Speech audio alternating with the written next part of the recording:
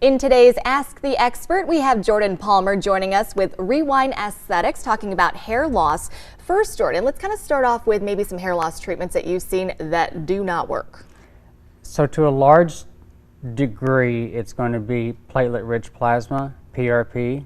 We know that PRP is great for the PRP facelift, but it's not great for hair regeneration if you haven't addressed the underlying reason for the person's hair loss. So if it's hormonal, if you have hormonal imbalances, you know, taking your blood, spinning it down and injecting it into your scalp, it's just going to compound the problem.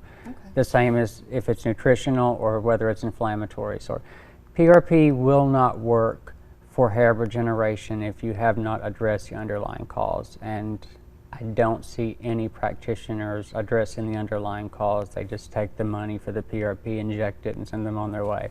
And then they end up in my office mad at me because it didn't work. Okay, well, let's kind of get into some of those treatment options that do work. Yeah, so that's going to be Folix, TED, the Grow that we inject into your scalp. I have patients that come as far as Indianapolis, Nashville, Tennessee, Charleston. They come from all over.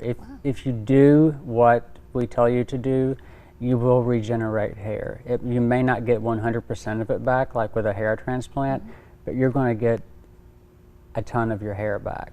Okay, and what does a typical consult look like? So we bring you in and look at you under the triscope or dermoscope to see if we see miniaturization, indicating that you have a hormonal problem because you have miniaturization. And then we have to run labs on you to see if you have nutritional imbalances or any inflammatory markers. I love that technology that you guys use for all of this. Yes. If folks are interested in reaching out, what's the best way to do that? Give us a call on the phone or book a free consult online. Very good. Jordan, thanks so much. Thanks.